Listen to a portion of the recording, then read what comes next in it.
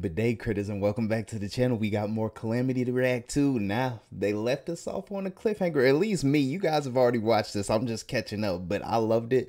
I'm wondering if I can come to expect at the end of every episode if we're going to get hit with these cliffhangers, or they're just going to tickle, or Brandon specifically is just going to tickle my curiosity leading into the next episode. I'm pretty sure that's going to be the case. So many questions to end off that episode. So we had Vespin pop up. This is my first time being introduced to him. I think there's been mention of him in the other campaigns since this is a prequel to everything, but you guys let me know that Peruvian, I forget his name, the one associate with the matron of Ravens, he was introduced in campaign 1, so that was a bit of an Easter egg. I had to actually go back and watch the end of the last episode because you guys told me, and I love this fact that along with him being one of the biggest cheerleaders, Travis is also one of the biggest scaredy cats. So Brennan jumping out at him and giving him a little jump scare at the end made it that more enjoyable, and I went back and just laughed at that moment.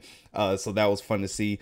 This dead body, this mortal that he actually hit with his axe and killed. I don't know if that was actual human, if it's like a surrogate that Vespin was controlling with the cloak. I don't know exactly what's going on with that. I love the fact that he actually calls his axes hawks. I don't know if that's just like short for tomahawks, or if he just came up on the spot and nicknamed him that. But nonetheless, questions. I'm glad I'm not the only one who was lost at this point. You guys reassured me in the comments, so that's all I have to say about that, or just a quick recap. But now, you guys, starting with you, I think, I'm sorry if I'm blanking on your name, Gabrielle Colin. You mentioned that Thursday is probably not the best day to drop these reactions, or at least Thursday night, because of the live streams from Critical Role. So I'm thinking about moving the episode. You guys can drop a day that would be best for you right at the moment. Actually, if you guys are following me on Instagram, I know I don't post, or I haven't posted on there yet. So if you want to go follow me on Instagram, I'm gonna create a poll, and my Instagram handle will be down in the description below. I'm gonna create a poll, ask you which day specifically would be best for you guys. I'm leaning towards Thursday morning, like a lot of you mentioned, or Friday evening, along with The Expanse. Some of you mentioned Wednesday too, but I've been recording a lot of stuff in the background, and for you One Piece fans, that's coming back in a couple weeks, and I got a bunch of episodes, so Wednesday will be One Piece day. So it's either Thursday or Friday evening with The Expanse. So I'll create that poll, follow me on Instagram, and vote for that on Monday. So nonetheless, that's about it. Getting into this, let's just get into this episode because I'm excited to get into it. It's gonna be another long one. Let's do it. It's so wonderful to come back here for another episode of Calamity. Now, last week I didn't talk very much at the top of the show. This week I'm not gonna make the same mistake. I'm gonna talk a little bit longer and give Marisha time before I go to her for some announcements. So nice. I love it. Marisha, I love it. Oh my goodness. Perfect throw. What is this, more merch? Time to prepare. I am so excited, you guys. Oh, look at Lou with the new earrings A on. Familiar Problem, which is a new one-page RPG from Darrington Press. Now, this is a game of magical familiars on a mission that was created by myself. Hey, go ahead and pat yourself on the back. Alongside Honey Heist designer Grant Howitt. Honey Heist, I don't know what that is, but I take it Darrington is associated with Brigade that you guys have mentioned to me. As scrappy and stressed out familiars, just really trying to get a grip on the chaotic lives that your adventuring party subjects you to. And you try to make a difference any small way that you can, with what little abilities that you can.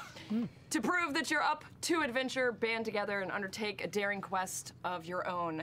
Now you can find the game first at US stores participating in Free RPG Day on June 25th. Internationally on July 23rd. Oh, that's coming up. What's today? 14th? We'll release it Or the 13th? on a big scale later this year. Big scale.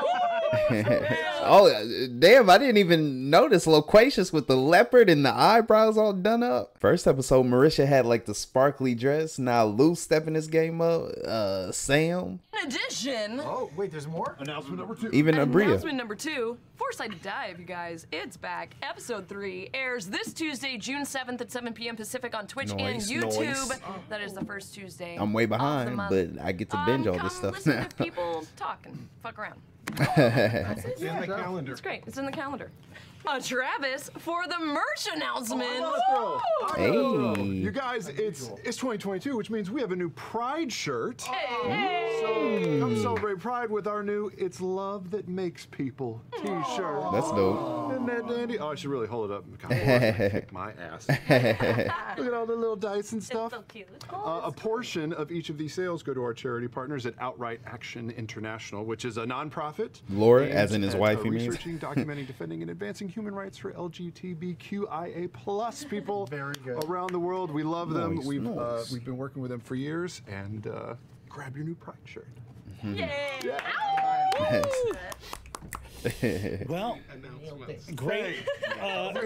Really good announcement. I take it all Brendan's intros are going to be short for that reason. Episode 2 of Exandria Limited Calamity, a vision of an ancient past in the world of Exandria at the ending of the Age of Arcanum and the beginning of something strange and horrifying. For those of you that want to come in and join us, again, this is episode number 2. I know I'll do, I suppose, a recap, like a little bit of a recap. Last week we met. Okay, good. Yeah, It's been a few days since I watched the end of our first episode, so I'm glad they're doing Heroes this. of Avalier in the Ring of Brass, the somewhat under the radar council of those who actually do the moving and shaking of the flying city of Avalier. We move it. What do they call him? The Septarian, right? The Golden Scythe, That's their Nidus whole group as a whole. Okiro, Nidus. the Keeper of Scrolls, Pesha Porco, First Knight of Xerxes. Avalier, Sir Xerxes Ilres, Let's see if I can get all the names. Herald of Avalier, Loquacious Sealer, Damn, I thought they were going to show him. Architect Laren? Arcane, And then Laren Cerrit, Koramar right? Sealy, You're welcome. and Senior Site Warden Cerrit Pinch Agrupne. And thank you, those of you in the comments, keeping me on the straight and narrow like usual. You said don't focus too much on names of places and people. The things that are important will be repeated over the course of the stream, you said. 7-year venture, the city of Avalier, traveling along Exandria's many ley lines, returns back to Cathmoira, its terrestrial sister city, and realights as the peak of the mountain on its ancient base, where once it stood as a full mountain. And all of the magic that Avalier has stored up in its etheric net, all of the ether that the city has traded for and gathered and bartered for, is released into the continent of Dominus. Where it creates a flourishing of crops and newfound magic and all sorts of wonders and replenishes the land. And we are on the... Now, a strange question you guys know I like to ask them. With all that magic that gets released into the continent, is there a possible way that like a Vespin or someone of that nature could take that magic and repurpose it for their own use? I guess we'll see, but just a thought I had. From its last port of call. Talking about Bola? Bola. That's pretty rude, dude. Pretty rude. Pretty rude. To call someone debris. If I get called debris, you are debris, my man. I don't think he's wrong. New NPC, debris. I don't mind. I don't mind. Why you call me this? The important thing is this. The detritus of the ritual of Vespin Chloris. Look him up! They did a whole video about the guy and what he did in the history of Exandria. I don't know if I should look that up. Should I? It's very cool. Should I? Made its way aboard Avalier. And something rotten within the heart of the city has begun to be exposed by our brave heroes. Only time will tell if they have caught it before it is too late. Without further ado, we return to Avalier and Exandria in tonight's episode of Critical Role. Let's do it, baby. Are we getting the intro again? I almost forgot. Since I reacted to the first episode in increments, we only got the intro in the first episode, so I'm excited to see this again. See if they added anything. I don't know if that shattered glass was there before. Those blue like shards. I wonder, so these shattered shards or glass looks like they're glass from these images in these little circle things. I don't know what to call them. But the images in the circles don't look shattered yet. So is that just like a foretelling or foreshadowing of what's to come? I like the art for the Matron of Ravens. I'm not gonna lie. I like all of it. I'm just looking forward to when I can see Maya. I'm pretty sure you said that most of the fan art will be displayed throughout like campaign 1. When I go back and watch that, Saban Cock, I will be watching that after Calamity. So I'm looking forward to seeing all that stuff.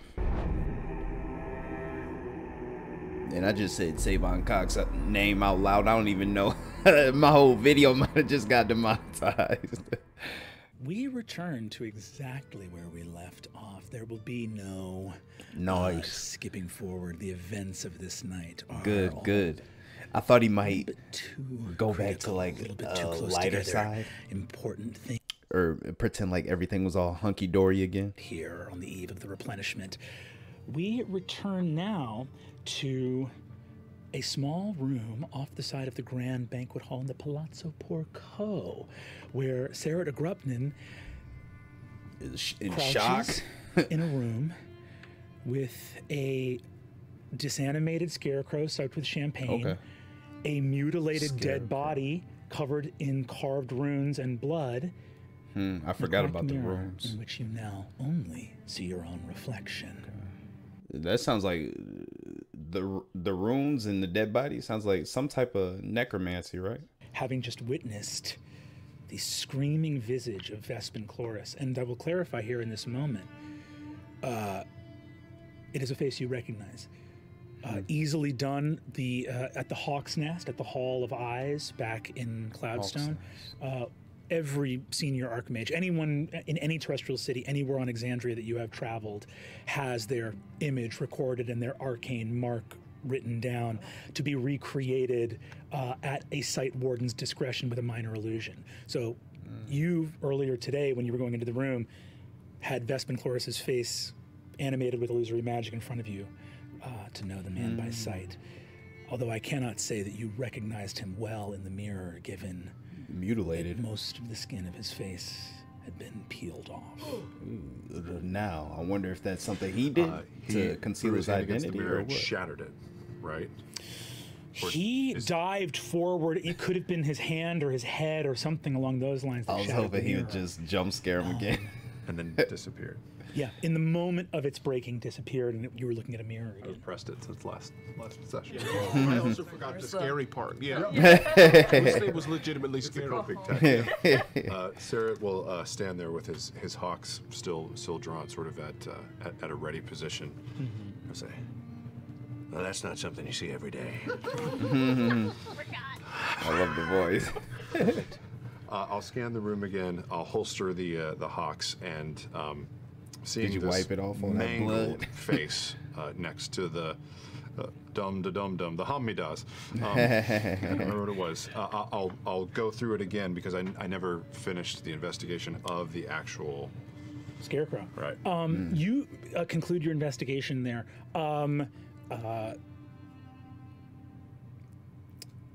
You arrive at what you assume, normally in a construct there would be some animating thing, there'd be some glyph or some point of interaction where there would be, its heart, its engine, something central to kind of animate the thing.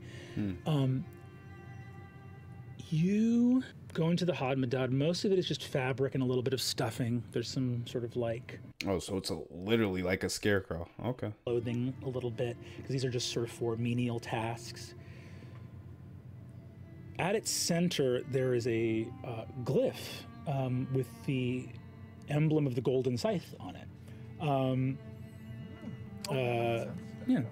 Created by the golden scythe. And I think you would know on your investigation check. Actually, for this one, go ahead and give me an Arcana check, if you'd be so kind. Okay. Yeah, that's the big numbers, kids. Hang on. Here we go. Now, Golden Scythe, I have 12. to remind myself on that. Is that another name for Nidus? You have Or is that like a guild he's a part of? level 14, yeah. Because I know he was responsible for creating. You, on a 12 is enough Or I for you to think. know. that you are disturbed by the lack of animating material within this Hadmedad. I mean, you know that the Golden Scythe has had to find some way to put a fleet of constructs out on the market. I mean, these Hadmedads are not only created by the Golden Scythe, they are sold. People can buy. Damn, Xerxes is kind of like a beast. I know I knew about his strength, the 29th, but he's got 20 charm too. You're wondering if it's like there's no proprietary technology within it, but you're looking, it's like And opening the hood of a Constitution, car and goddamn, looking in and Xerxes. just seeing like a Toyota emblem and no engine. You're like, where's the thing that makes it go? It can't just be the logo. So on a 12, you are mystified, but have the feeling that being mystified is not due to you not understanding something, but rather you think that most people that create constructs would not understand. But it's easy enough. Nidus could probably explain it to you. It has the Golden Scythe logo on it. And as I check it, there's nothing that I need to make safe. There's nothing that this thing was carrying in terms of like an a weapon, an explosive or explosive device that I would recognize. Nothing that feels like a security breach. Will we make him I'm roll gonna again? perform this on the corpse behind me as well. No security breach here. Okay. But I'll say this. I don't think on that, even on a 12, I don't think you would be comfortable with the lack of a security breach. Meaning, if the engine's not here, it's somewhere. Yeah. Yeah. Question for you guys. Is there a limit to how many questions he could ask before he has to make another roll? Like I see that 12 carried over to like his second question, if that makes sense. And thank you for clearing up the rolls. The reason they were so high is because these characters themselves are just high level. They're part of the Septarian. But I'm going to tell you straight up that the biggest pressing thing about this is actually probably a medicine check. Ooh. So if you get a super high investigation, I will give you some stuff. If you make a medicine check here, even a lower DC might produce more answers. Let's do medicine check. Go for it. Okay. Uh-oh. Another high one? 6. Call him Dr. Pinch. I think that you know enough on a 6. On a 6, you know enough first aid. You know enough to like triage a wound, right? On the inside of his throat, it is riddled with growths. Growths? Growths. Like something growing out of There his... are things on the inside of his throat that look Like he's diseased or something? dark, pinkish gray, mottled. Like pus. You're not like pus, you're not a but doctor, you'd have no similar. words for these, but things of flesh that are not supposed to be here are here. It looks like this being... And Katie, Kiesel, and also Thrawn. I think you guys filled me in on some of the verbiage. DC means difficulty class, right? that should not be here. Okay. I'm not gonna like that. So I will stand up. I'll kind of actually drag the body into the middle of the floor a little bit, even if it's leaving a trail. I'll exit the room and I'm gonna search immediately for Xerxes. As you are preparing to exit the room, you hear a noise. Ascending stone. Uh-oh, here comes in another your jump scare. back pocket in one of the secret compartments that you keep. A small sending stone is. Sending stone. Is that like Retrieve it. Abria's bracelet? As you hold it aloft and move it so that it can create noise, you hear a voice say, "This is Talon to Wingspan. Talon to Wingspan. Yes. I am in position, and I am reporting that Egghead is preparing to break curfew, sneak out of the house to go to a party, and you said that she's not allowed to leave, but she's about to leave, and she has no idea that I'm here. She has no idea that I can see her. She's about to do Why are it. you snitching? Oh my god. This is Carl. This is your son, My son, Kier. yeah. This is your Okay. son, Kier.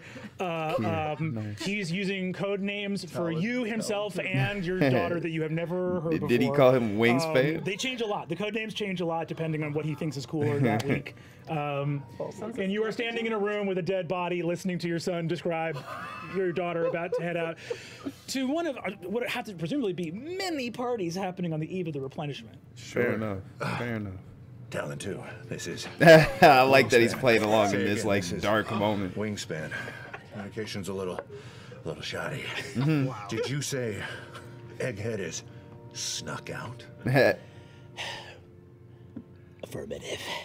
I see her. She's How old is Kurt? downstairs to the kitchen, and she got a bottle normally reserved for Wingspan and Clear Eye.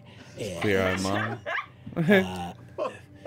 and I saw her take a swig from it, and then she made a face like it was really bad. And then she took another swig from it, and then made a face like it was even worse. I don't know what it's about, but I know she's up to no good. Did you take This a is very swig? good, Talon 2. Very good. You are in no way to engage with Egghead. She's dealing in dark magic. I knew it. Keep an eye, but keep your distance. I kind of look over my shoulder at the door in the room. I'll be home when I can. My cheeks are already I hurting love you from very smiling. much. Is that?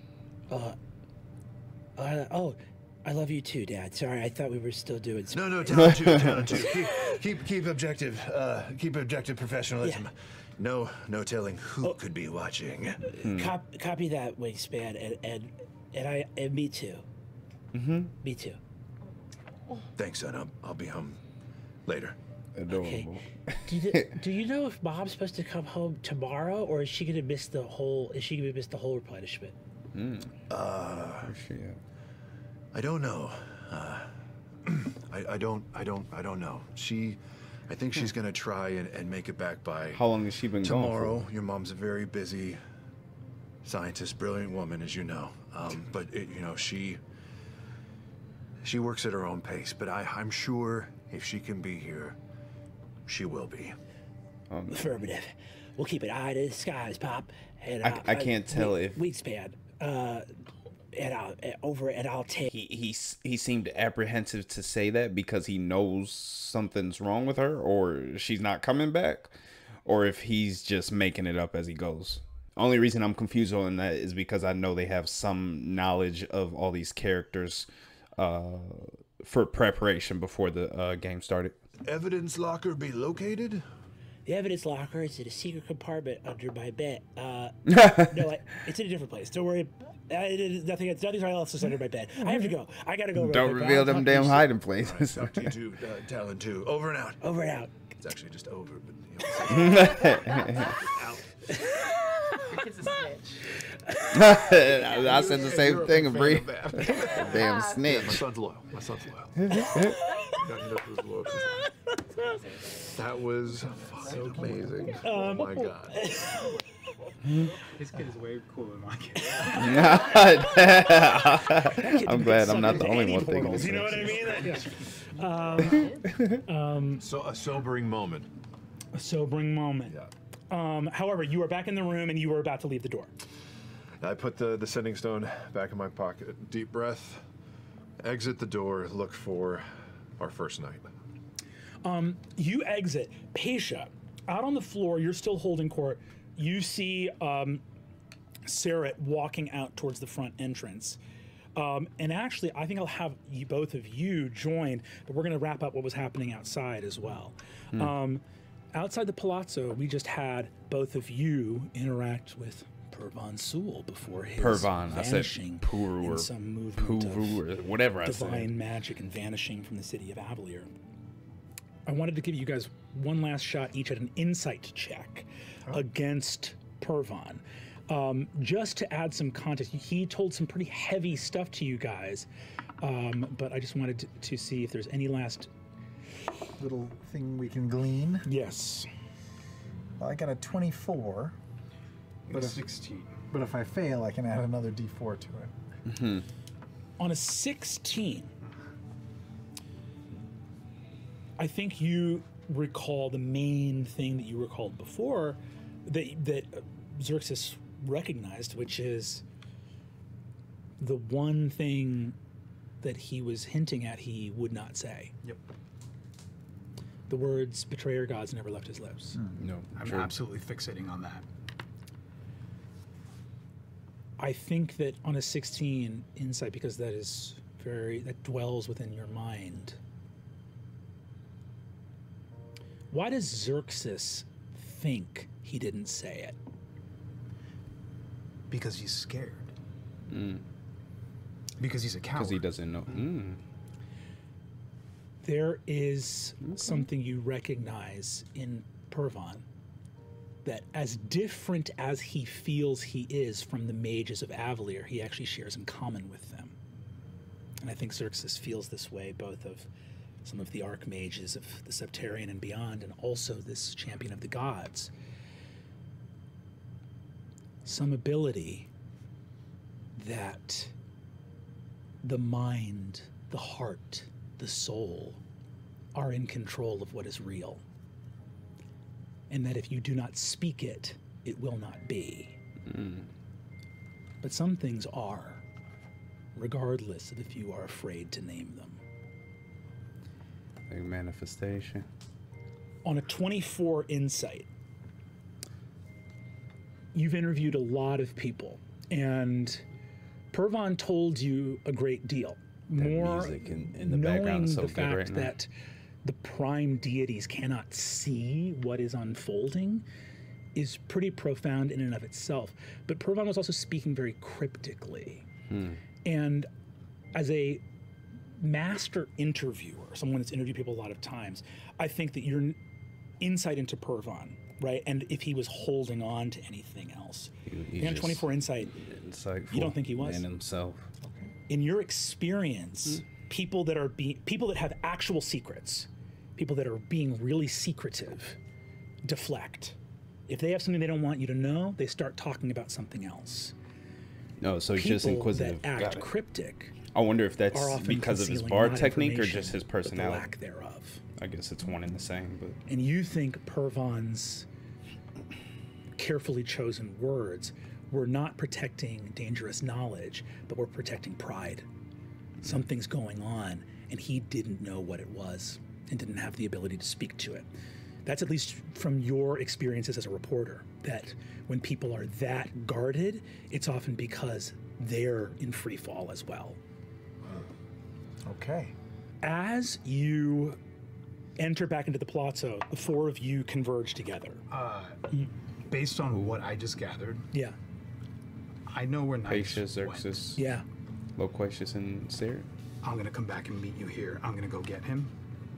Now? Bring him. Yes. Shouldn't we get as many of us together as possible Right. first? So I'm gonna go bring him. Where did he go? And I'm gonna telepathically conjure Tempest. Oh. Tempest alights down here. Nice. Incredible. did As Travis Tempest say? alights, it takes off with you into the air. I'll be back. Well, okay, I mean, all right. I think I'm actually going to just allow this to come down to a roll of the dice to see, because Nidus was also heading out post haste. Right. So we're going to let this be a roll of the dice. And Nidus also headed out a little while ago, prior to the conversation this with whole Pervon. interaction. Yeah. He took off ahead of me. He's wearing dress shoes. So There's no tread on them. we're just going to make this a straight up dexterity Getting check. So a tracked. dexterity check from Xerxes and a dexterity check from Nidus. Dex on deck. To see if I can find him. Dex. Yeah, to see if you can, or rather to see if you can beat him to his destination and get and intercept him. Flat Okay. Dex. Is it my Griffins? Dex check or movement? Oh, this is actually just your. Oh, actually, yeah, you can use Tempest, so you can use Tempest's dexterity if you prefer. Flat Dex. Flat dex, that's it. Does no. Tempest have a higher rating? You won. Let me see that boy. I got you. You got this. This guy. Oh, what did you get? You both got low Rolled a ones, huh? 1. So. Oh, damn. Thank God. I rolled a 3. Well, I mean, it's a 3 total with my. Well, so but mine's a total of 7. Okay, you win. Oh, thank God. Yeah, that's what heavy plate will get you. Absolutely My perfect. dress shoes, my untreaded dress shoe, my beat your heavy plate. But you get to the scythe really quickly. I'm actually going to say on that dexterity check, you just grab a porter. You just boom, dimension door straight to the scythe. Okay, so he still takes off on his Tempest. At that point, after he lost the roll, I thought he was just going to say, oh, fuck it.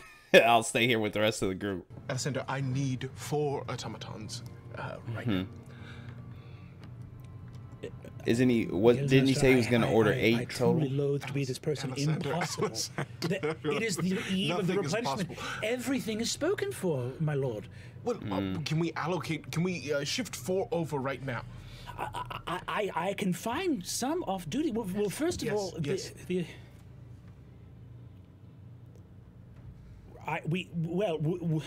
Would Hodmadads do? Do I know if Hodmadads would do? No, this is quite complicated. Damn. Alessander, I appreciate. What if you the said thought, but we double the need, Hodmadads? We need more. We need better. Alessander. Carolelks? Colossi? You know that those will not even fit in the. Got it. You see, Colossi. That's the first time we've heard of them, right? Give me either Arcana or History yourself. I'm assuming they're just gigantic. There's stuff that Alessander is not going to Hawks. bring up because he just doesn't have the bravery to bring it up. 21 Arcana. There are automata that you guys are working on, that you're building under contract for the city, that are prototypes, that are not that literally you're going to use the month on the ground to like make active, but they are ready to go right now. Yes. I'll take Alessander, them. I've had a thought. Let's. Can you requisition, in your special way, 4 of the prototypes we've been working on for the city? Right. I'll take them this evening, and we'll likely have them back on the morrow, if not the following day. He looks at you and says, "You want me to go and activate the taxman?" Yes. The taxman. The taxman. It makes me nervous when you write things. Does Travis usually not write things down?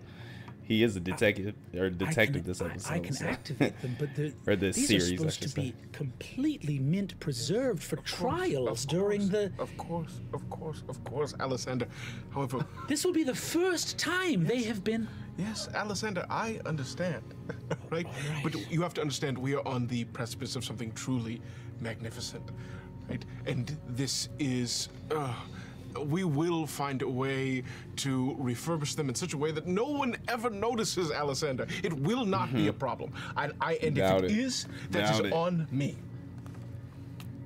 I will carry that weight. Okay. See if he's a man of his word when shit goes wrong.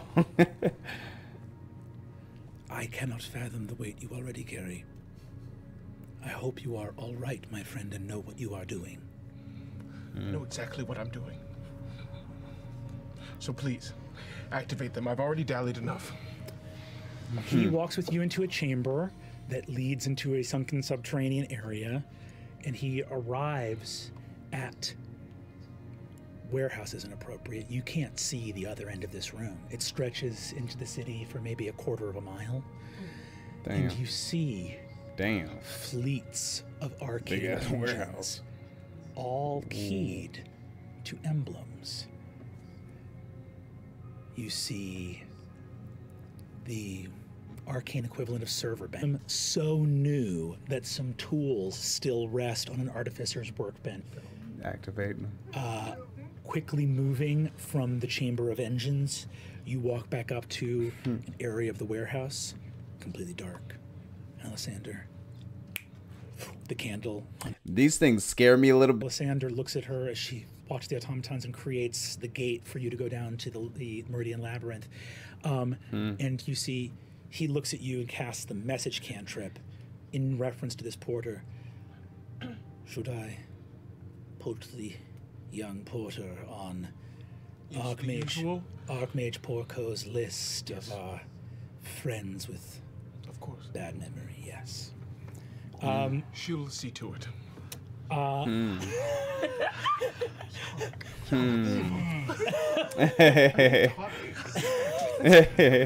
know. You don't get it. You don't understand. You don't understand what we're working on, okay? I'm an innocent reporter. I'm an innocent reporter, goddammit. Cool. And you vanish into the Meridian Labyrinth. Back up So Xerxes, you are wonder, flying is straight it there right now. We're instant? actually going to jump back to the palazzo real quick with Loquacious, Or Cerrit, and does Paisha all together. time traveling through the portal And then he just feel like got on it his takes longer than Pegasus or actually whatever it is called, going and through the then portal, flew if that away makes sense? Or if time is different within the portal as you're traveling through it? on fellow seemed all sorts of out of sorts, and it seems to be pretty Kind of like pretty a heavy, hyperbolic whatever's time going on. chamber, if that makes sense. What did you find? Is anybody trying to sneak a listen, stay close, act like they're not eavesdropping? Do whatever you want to do to find out. Give me perception checks. Don't try. That means maybe. Come on, big number. Hey. I would say that anybody trying to sneak up would have to be invisible, but even that wouldn't fucking work. So, I think you might want to. I think that with that 25, you probably move the conversation back to the Ivy table. Okay. Yeah. Cool. I turn and I announce to the room, another round on the porcos. You see, everyone cheers and laughs and makes merry. Hey, to the porcos. You see the one guy who cheered earlier before us says, I was about to say, "The where's he at? porcos, more like the Lou's best friend. party." Co's, yes, yes. This is EXE party time. Love that guy. Great energy. So generous. Great energy. To not charge your guests for the round of drink. Guard your faces. Don't give anything away with your expressions. My face turns into your face. Nice. I steal myself. Right under the teeth. God, it's uncanny. No, I don't have any teeth. All incisors, big flat white teeth all the way around. Just make that smaller as a beak. Breaking all the rules. This is D&D. You make the rules. The rats are already inside the fucking. I went to go investigate the Hamidah that fell in the room. As I was doing that, I became aware of an invisible force that was behind me. I spun and struck down an individual. He's sealed in the room. He was covered with runes carved into his body, pieces of his flesh Killed missing. someone at Paisha's party? I did. There's no one important, okay? I wouldn't repeat that I'm mistake. sure his mother thought that he was important. This wouldn't be a first. Damn. As I was doing that, I spun and saw a figure in the mirror. I saw Vespin Chloris, or at least an augmented visage of him. And he turned and looked and said that we would never make the Wild Mother's embrace. The mirror shattered and he left. Now, I haven't had any fucking champagne tonight. You drink any ale? He said we wouldn't make the Wild Mother's embrace, which you interpret to mean landfall, Yeah, totally. which is in a few hours. Okay. Oh, so Yes. landing on or within So we've Kath got- Morva? Pervon works for a god, says bad things are coming from bad gods soon. This man, Vespin Chloris, Xerxes still says we hasn't won't mentioned even the make it to betrayer. Will he land. say something now? My ex-wife ran off to do something. Well, I see one clear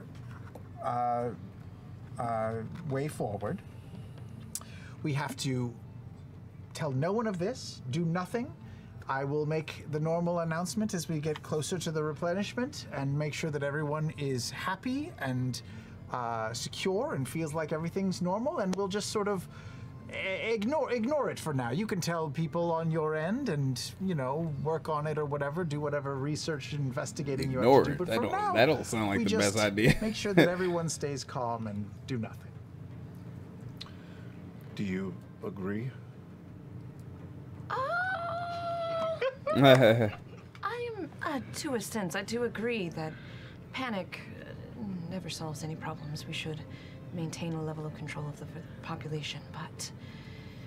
Wait, who's all at the table right now? Is Nidus still out? I know he just went through the portal, so no, he's not there. I don't think Xerxes is there either. I think everybody but them too. Leyren left. Xerxes. Oh no, also Leyren's gone. Okay. left. Leyren took the bow, correct? Yes. And So it's Nidus- just Loquacious, Travis, Nidus is or off doing his Cerrit, thing. and Patient. I don't even know where he went. We need to I think alert. I know what Nidus is up to. If what you say is true, the fate of Avalier could lay in the hands of Leyren. And as Pasha says that, we move deep To there. underneath the Meridian Labyrinth. Oh no, back to Nidus. Okay. You're Or no, moving Leyren's X-Y. already in the Meridian. Just off of the ley rudder, and we see a quite fascinating new machine. Bria, I'd actually love if you could describe the engine that now we behold and the chamber that we see. Nice. Is it a fuck machine? It started off as a Just a fuck big machine. sex engine. Cut a hole in it. Well, I like that. It starts with this like big central pendulum that swings back and forth that is generating and sort of holding Creating this like energy. massive miasma of like ether and arcane energy. So, like, There's kinetic energy like a kind of? circle of batteries that I've requisitioned and built, and each of them glows with like a slightly different shade of green that are kind of feeding into this pendulum. And in the center, underneath it, is just this massive platform, and there are runes inscribed into it. But it seems like Talk about improv or imagination. She could be a damn engineer. She just built an engine. kind of see the imprint of other ones. She's been trying lots of different ones to try to figure out the right array to move in a new direction. She's worked really hard on the arboreal calyx, but she needs to go in a different trajectory and hasn't figured it out yet. I love it. I'll say one thing, by the way. I don't think you would have worked for her in the arboreal calyx. There's actually a different,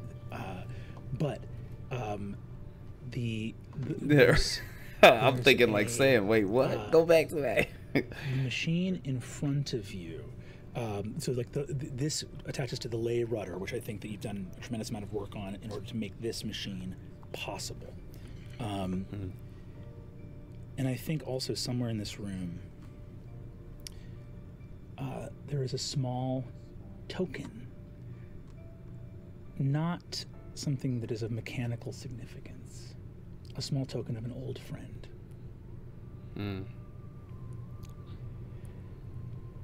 A gift given to you long ago. A locket, simple orb inscribed with runes, to be filled with something of safekeeping, to remind you that the long years could part you, that friendship would win out in the end. What do you remember of your old friend Evandrin? Oh, as you look at this locket? Xerxes' husband, right?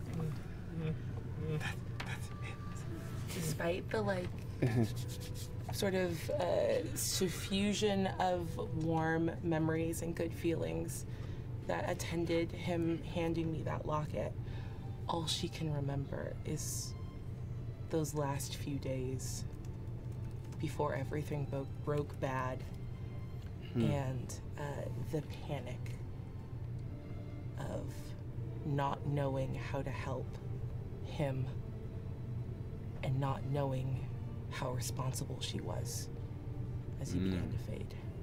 So it's that like burst of joy and then the creeping guilt. The memory of your friend Xerxes is getting emotional, damn. translucent, Damn, he's just really crying. incorporeal, and fading. I love that. You behold this work in front of you. I have a question. Yes. Is this what's being dug into what was formerly She bring him tissues. the Nice. heart that the Trisha? Okay, cool. Yeah. This is what you now behold is an engine that you have named, and I'll let you say its name.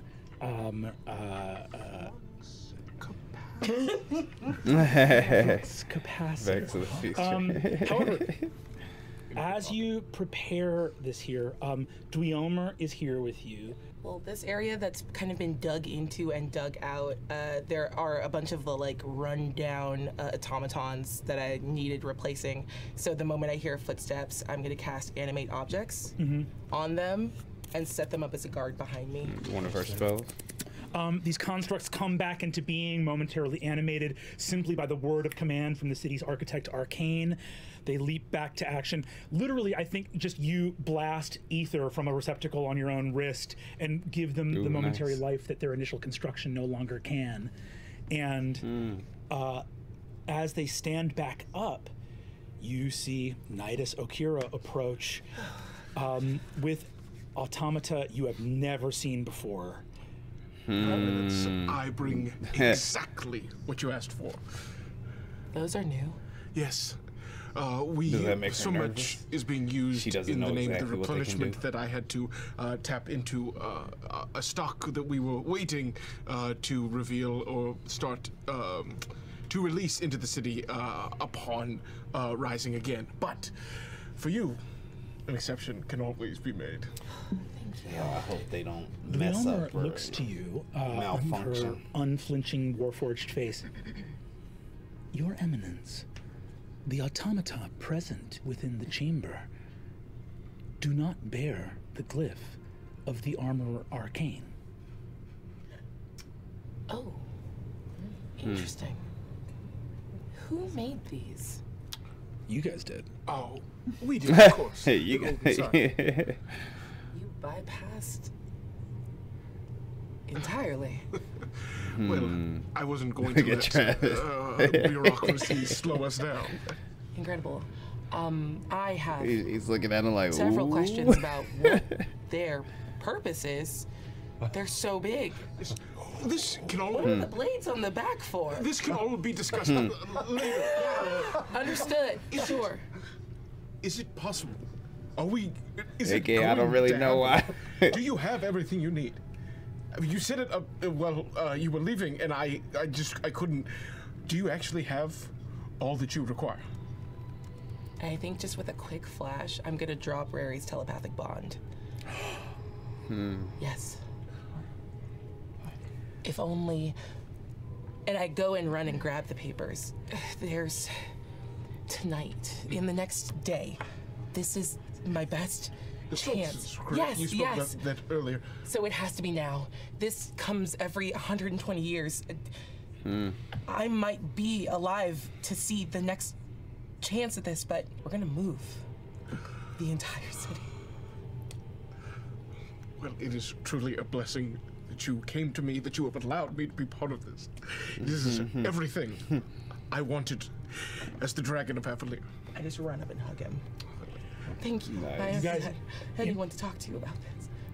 You embrace under the impervious gaze of the four massive constructs surrounding you.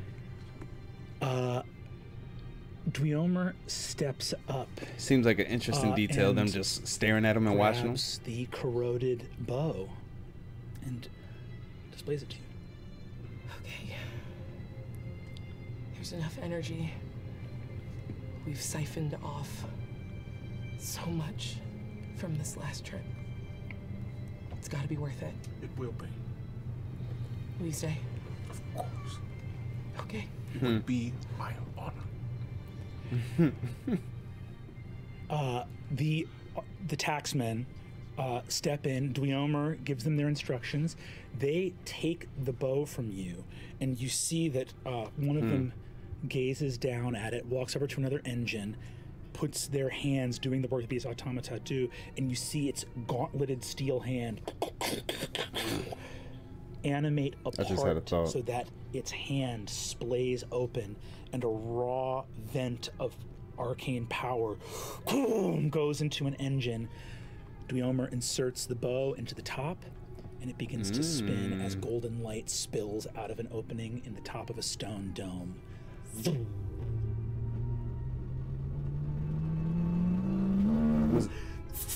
Was that all him doing that sound effect? I thought he like hit a soundboard or something. That sounded crazy.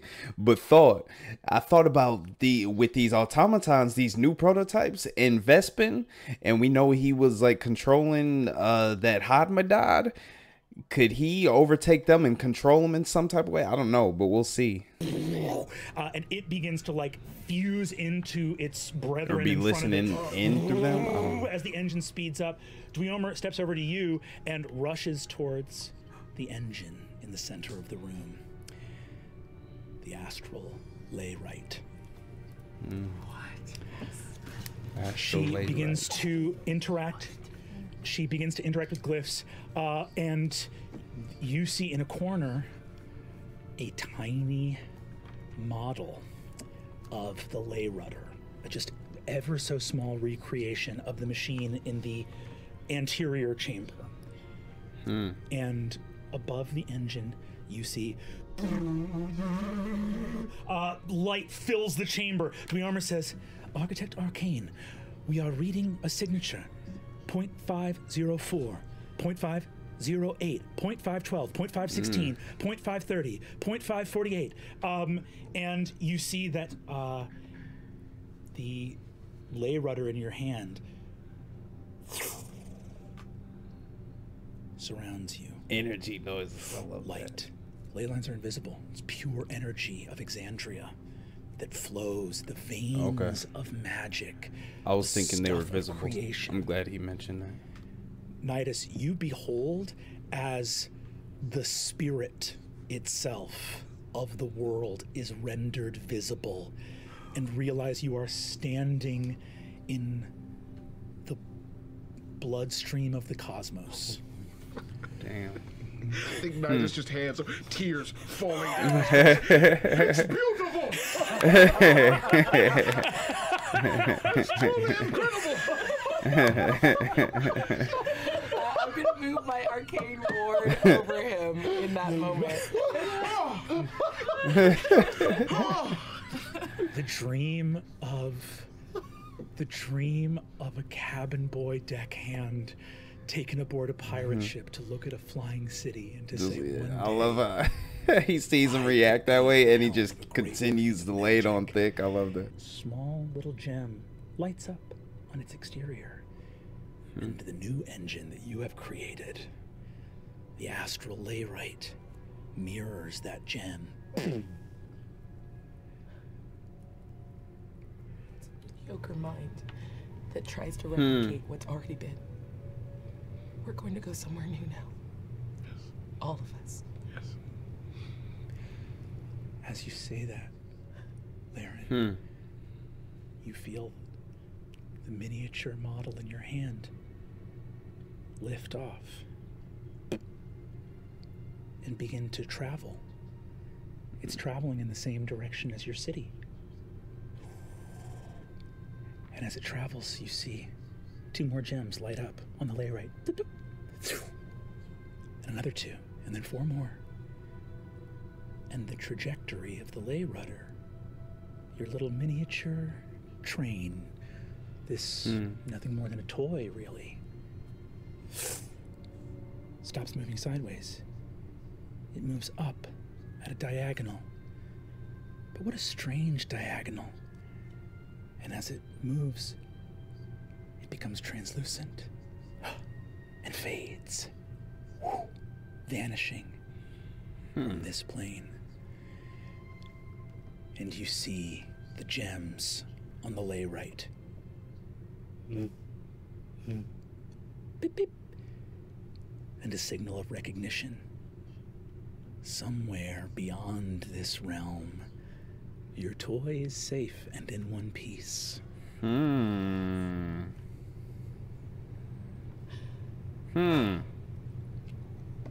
was worth it. I don't even know what to say. I got sucked in for a minute. I didn't say anything for I don't know how long that was. Damn. I'm speechless. Okay, I'm glad I'm not the only one. And then we will tell them that the next departure will not be across Exandria, but to new plains. Anywhere we want to go. Oh my goodness, these ads know when to pop up. But something about what you just did, the arboreal calyx sucked up almost 8% of the city's energy. Damn. Can I 8% I of the whole what's going damn. on with the calyx? Your roll? Is that Give a me perception? an Arcana check. Arcana check, okay. Fuck, that's a bad roll. Damn. Yeah, but you're like arcane and stuff. Yeah, not enough. 16. 16. Total? So, first of all, what is Nidus seeing in this moment as you, like... The siren is gold. We just had our beautiful envisioning the future moment. Now there's just a big red He's light still going just off. standing like I think Nidus is just kind of like, just insight check on Laren to know what the vibe. Give me an insight check, and if you want to deception, you can. Of course I do. That was almost a natural one. 13? Versus me? Yeah. Nah, 18. I am in a dead panic now. It was in the immediate flip from like, this is it. She was about to get like emotional and calm to like, oh no. Like, it's very obvious that she's dealing with something that she doesn't have like parameters for, and any sort of digression into anything bad is giving her worst case scenario vibes immediately. You look at this. Dweomer turns to you, Nidus, actually, and says, Guildmaster, the issue is not with any of the technology present in the layrite. There is simply an energy concern within the etheric net. And you look, and so on a 16, I can tell you, even if you, honestly, it's fitting that you rolled a 16, because the arboreal calyx is, of the pieces of technology in the city, one of the ones you hate the most. It is an engine that is part of the Drashari tithe. The calyx. Essentially, I see all these confused faces. Yeah, I'm one of them. Everybody, I love everybody. Like, everyone's got secrets, but man, does Laren have secrets. I thought so. I don't think I have any secrets. I know that's not true. Is he talking about Sam or Loquacious? That city, Tormunda, had been founded by the Gau Drashari, an ancient order of druids that tended the holy sites of the history of Tormunda, or actually the mountain itself, Mount Igora, the ancestral mountain. This was very significant. It was a place where the Dawnfather and the Wild Mother defeated two of the greatest primordials of Dominus back during the Schism and sealed them away under the earth and took 8% of the power. Does it take more? Because I know they kind of described it like the druids taking a toll of what Avalier collects along its travels or journeys. Came and said, hey, can we take the top half of this mountain and have a cool flying city? The original druids were like, no, you will not. And the replenishment was the concession of those wizards. It was it's not a great act of charity. It was an obligation to the druids of Tormunda, something they said they would do to justify taking the top of the mountain. And the replenishment does renew the crops and bring back magic. There were also, in your knowledge, a bunch of important things the druids wanted to do with that magic. Now, cynical minds might say that's the druids' cut for letting the top of the mountain go. But the druids also said that there were really important things they wanted to do with that magic. So the Drashari Pact, also known as the Pact of Crown and Throne, right, was the original agreement between the wizards and the druids. 25% of the city's ether is spoken for from that pact. So you got 75% to play with. 25% has to go to these things that were part of the original agreements. So the reason you don't know a lot about the arboreal calyx is that that's your utilities bill. you see that calyx alone is more than 50% of the tithe. Like Damn. that engine is like this one engine that you know doesn't do anything that you know to be useful, takes up a double-digit percentage of your entire city's reserves of magic.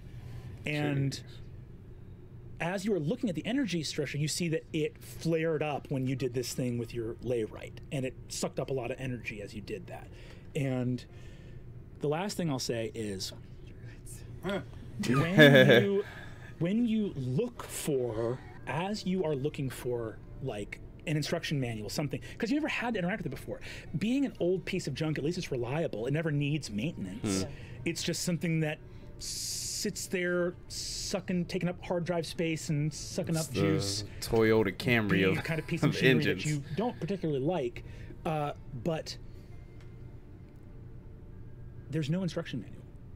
Like, you're looking through your own, like, spell book, your, like, records preserved here in, like, crystal memory within your engines. And the druid would be like the instruction, man. You'd have to speak with one, everything built right? by mages comes with incredibly explicit and precise detail about what they were thinking, why they built it, what they wanted it to do. And this one says, this is the amount of energy that you must apportion to the arboreal calyx during the replenishment. End of list. Okay.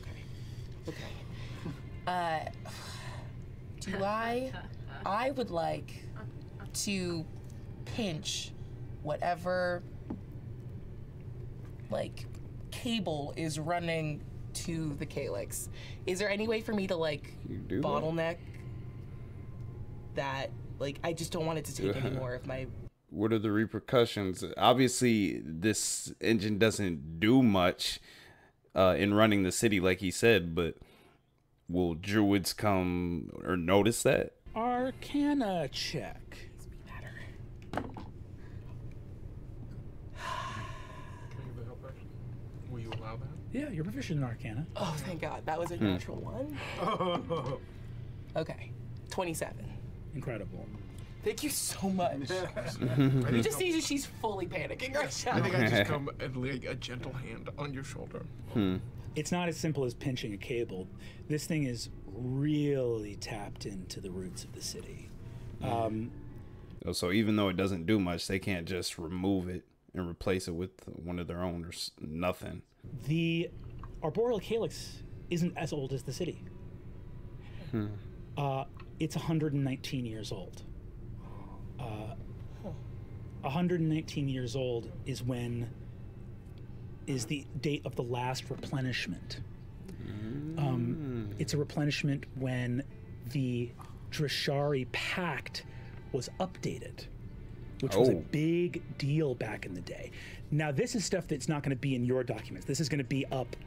Honestly, probably the replenishment not. Comes every 125 would have more about it in her years? library, but it's honestly outside of both of your home courts. This is magisterium stuff. This so is does it get law. updated every? So you would have to find a way on the eve of the replenishment to, like, bust into the librarium magisterium to, like, find out what's going, how this was updated. But you do see a record that this engine was built 119 years ago, which I will point out on a 27. Some quick math on our master architect's part is the first replenishment after the ascension of the Raven Queen.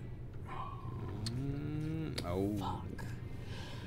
Okay, we have to get more. Okay. I need yarn. Go. Piecing all this information I together. need to know where it's taking my energy.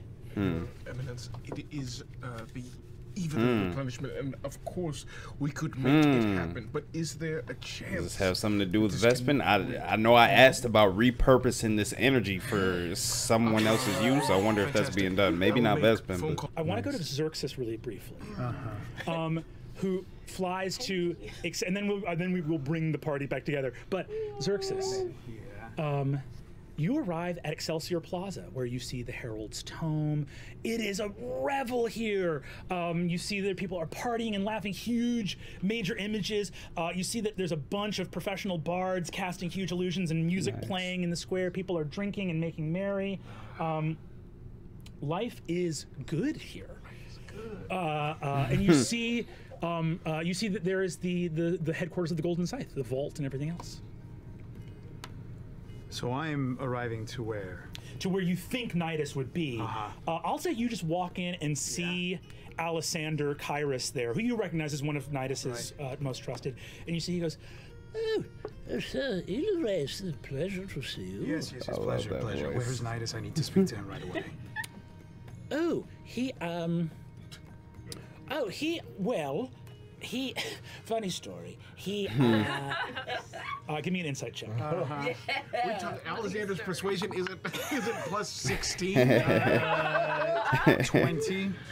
What if his little light is lit up though? Yeah, exactly. His little candle. Yeah, his little head candle. Little head candle. You watch a man whose whole job is keeping account ledgers feel suddenly very frightened. Not of you doing anything, but you know the look people give when they feel like they're about to be in trouble. Yes. And he goes like, well, it's very funny, you know, the guild. I completely encroach in his space, and I put my hand on his shoulder, and Damn. I give a gentle tap. Bursting that personal bubble. And, Put the and I pressure say, on my him. friend, there's no time for this. It's urgent business. The first knight of Avalier is asking you, where's Nidus? Use that title. Nice. and I'll leave it totally up to you. You can give persuasion or intimidation, and the intimidation would not go wrong. It's not like you're intimidating him like I'm going to hurt you, but there is a pressure from above coming down. For sure. So Okay. either one of those. But I'll remember that for the future. If they use intimidation, there is a possibility of things going wrong. Somebody. I think it's a persuasion. Okay, go for it. 29. Damn. Okay, Xerxes. He looks at you. You see, he goes, first night, the Guildmaster Akira is with the Architect Arcane within the Meridian Labyrinth. How long ago did he leave here? You see, Snitches in the city. Can nobody keep a damn secret? on 29 persuasion, no, they cannot. No. You see, he says, the Guildmaster is within the Meridian Labyrinth. He has taken a porter there, but the young lady, I believe, has already recused herself to other guild business. And I leave. You see, he says, You first got night, what you I wanted. should warn you of something. I'm already gone. I'm already jumping back onto. Damn. Take that information. I jump back onto Tempest and I go like, I soar up above the city. Yeah. To get like a bird's eye view and to try to process some of this stuff that is kind of happening. The stuff Sarah's eye view. Pervin and trying to find Nidus, and I look down at the festivities and all that chaos that I had just seen on the ground, just to take a moment away from it, and I take a breath. And then I head over there, and as I mutter to myself, I hate this place. Can't wait go to get where back he to told me where Nidus Katamari. was. How dare you? I'm going to ask you for an investigation check, if you'd be so kind.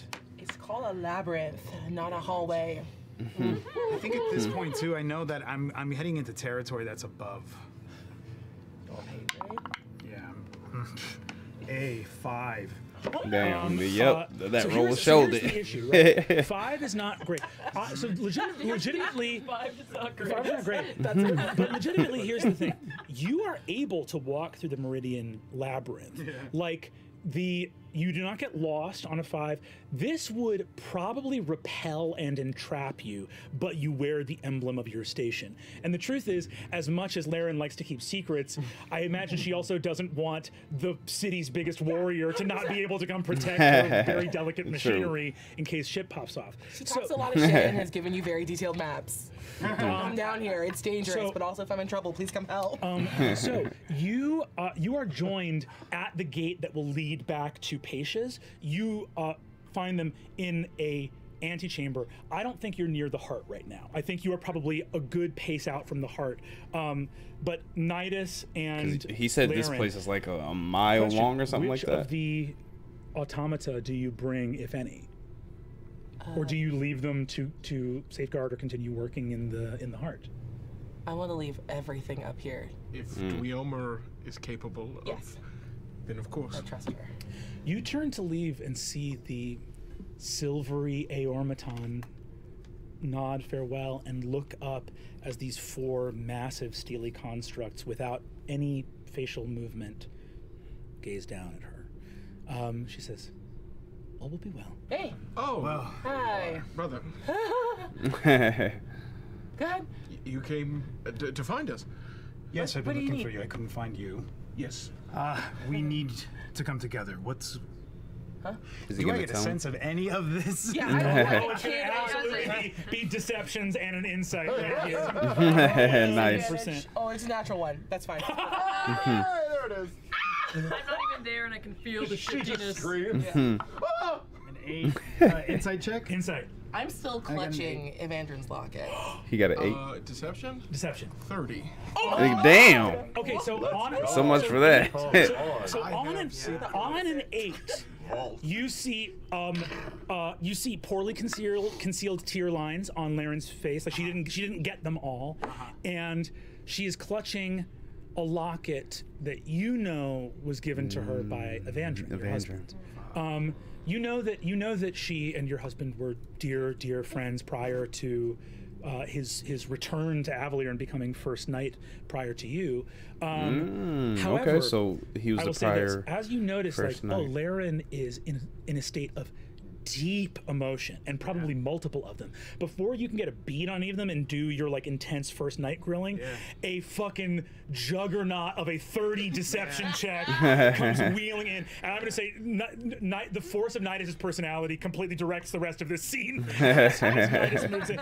Take it what does over. Nidus do, as you hear that from Xerxes? Xerxes, I'm sure there are many things that we need to come together and speak about. Laren and I needed to come down to collect a few items. Many responsibilities. Yes. Wow. And it's time for us to come together, Laren. And I approach. He redirects. And I just, Is he trying to I kind of catch the little bit that you have missed. bypass a little bit in all his damn charisma? Right. Yeah. Hey, look at me. Damn. I'm here for you, no matter what you need. Look at Marisha. I need to talk to you. Let's get everybody together. There's a lot to talk about, and we're running out of time. Laren.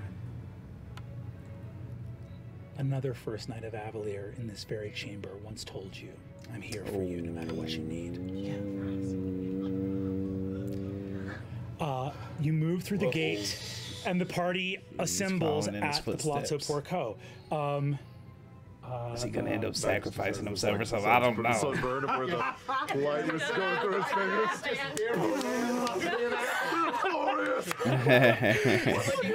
I think you're the first person in history to shout that at a magical phenomenon and live. I'm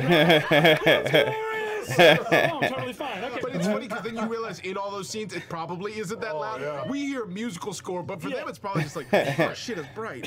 Right. So bright. Yeah, exactly. Everyone's just yelling because it's like, oh, the visual is loud. Yeah, you're shouting. I would say, as a time check for all of you, it's I probably was about to say, how many hours in are we? 10 p.m. right now, right? Okay. Do you think you go to the Ivy table, or are you joining somewhere more private? Yes, I think at this point it has escalated, and I want something even more. It's secret definitely and escalated. private. So I kind of like. Well, a question to you as well, DM. When the 8% of energy was sucked to teleport a little toy boat. Now, is she supposed to be aware of this? Or was that just something that was realized by Laren and Lou? Did we sense like, the that? warehouse. Was there like a little dip Oh, in the that's what she lights? asking, Was okay. there, you know? I would say Yes, everybody, exactly. everybody here, give me either an Arcana or a Perception. High DC, high DC here. One more than the other. Oh, it's a dirty 19. Dirty. I mean, it's a natural 19 for a Oh. 30. Damn. Okay, Travis. Wild. 32, and then 26 for Arcana. 26, Nice. 15, 14. for you. So on a 20, You can see ultraviolet. That's why. the Eyes of Avalier undergo a rigorous training to just feel magical auras and presences. There, and a couple feathers on the back of your neck stand up like you just walked into someone's aura, right? Just a couple. And on a 32? On a 32, he's so shocked. A 30 what? this accompanies feelings. This is the exact feeling you get when the city arrives at the intersection of two or more ley lines and switches directions. Which you know you're coming up on an intersection, but it's like it's not yet. So it's the feel of a big spell engine kicking up hits you, and you don't know what that could be. Another event in a long list of things that are a little fucked tonight. Somebody's salty. I'm just saying. Busy night. You want a cracker? Sarah, want a cracker? As we slink away, once everybody, I can sense that there's no eyes really tracking us. Yes, truly, you have ensorcelled everybody here. The show is so captivating, and you all adjourn to the Ivy table with everyone totally enamored of the spectacle of the evening. And now that we back at the table, we gonna pause this episode. That's gonna be the end of this one. I think we have about an hour and 30, an hour and 27, but close enough. Another great episode. This one was really good. Getting into these characters, I love that we're digging into them. And even like they still have secrets that we're uncovering and getting into, but as we progress in the story, I feel like just more and more, like we're not getting too many answers, but we're getting more questions. We got this situation with Sarah. Obviously, he told the table about the dead body and what kind of happened in his situation. I'm sure we'll get into it, but at this point, Laren, she had that little figurine that went to a different plane and took 8% of the city's energy. I don't know if she's going to withhold that or not. We got Xerxes. He hasn't told anybody about the betrayer god that he had the dream of yet. Loquacious took kind of a backseat this episode.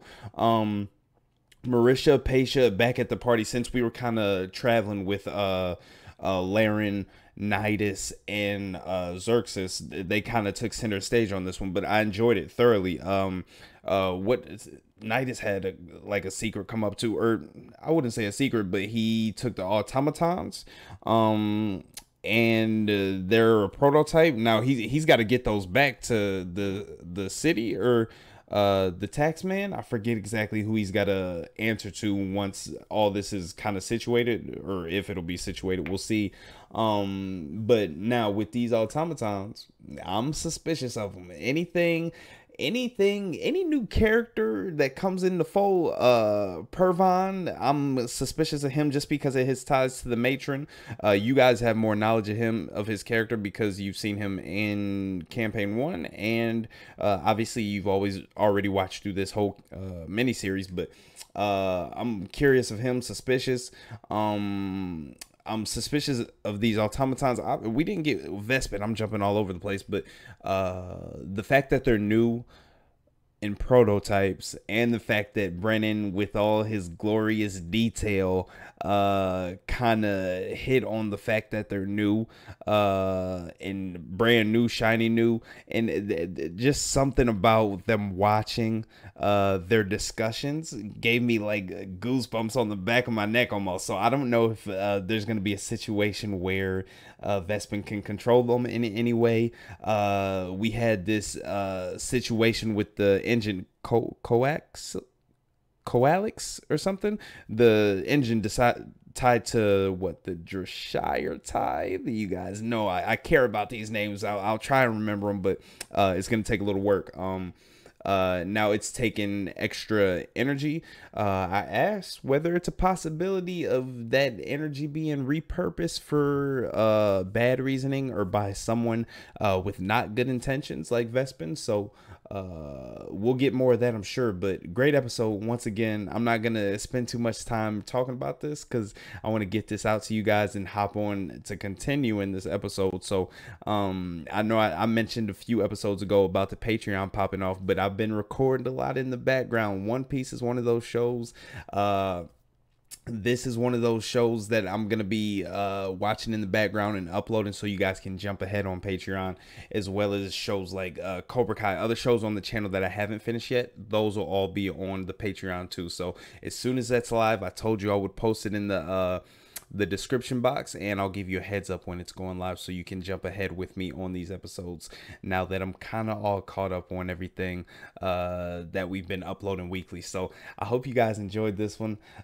Continue to love yourselves, love one another. It's been a fun journey, and I know it's gonna keep getting better. It's this I don't know what to call this episode. Or this intro to episode 2, because it wasn't as dark as the ending of episode 1, but it kept a tone that kept me kind of on the edge of my seat. I think just that scene alone with Vespin coming out of the mirror has set a tone and an expectation of I don't know what to expect, and I expect shit to pop off and kind of get evil or dark at any moment, and I don't know when it's gonna happen, and that's got me excited for going into the rest of this episode and the next 2 episodes. So we got a lot of content to get into just to catch up on Calamity. Then, like I said, we'll be jumping into campaign 1. So once again, I hope you guys enjoyed. New critters, or I should say OG critters that are new to my channel and my content, I appreciate you guys. Introduce yourselves down in the comment section below with all the other critters who have been helping me along this journey. So I appreciate you guys. I'll catch you in the next one, part 2 of episode 2. Deuces.